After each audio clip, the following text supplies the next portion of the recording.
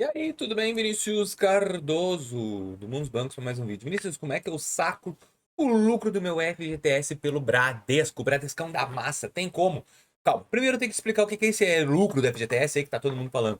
É o seguinte, tu tinhas um saldo 31 de dezembro de 2025, tinha um saldo ali parado na conta. Saiba que qualquer saldo, conta ativa ou inativa, tu tens o direito de receber esse lucro do FGTS. Olha que top. Então, como é que tu faz? Vai sacar? Para te saber o percentual, tu vai multiplicar o saldo que tu tinha em dezembro. Se tu tinha 10 mil, vai fazer vezes 0,0187. Ou 1,87, se tu quiser.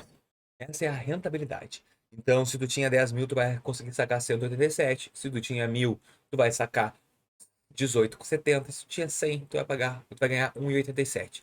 E esse lucro, ele entra onde? No saldo do teu FGTS.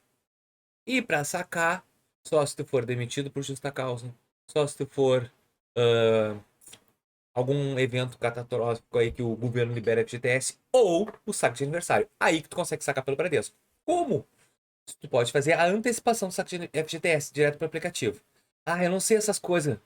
Clica aqui no link da descrição do vídeo, Cloud Express, atendimento humano. Cara, tu vai falar com uma pessoa onde tu pode fazer essa antecipação direto pelo WhatsApp, conversando com uma pessoa, um humano. O problema do Bradesco é que tu faz tudo pelo aplicativo. E como é que funciona? Tu pode sacar até 5 saques, 5 anos.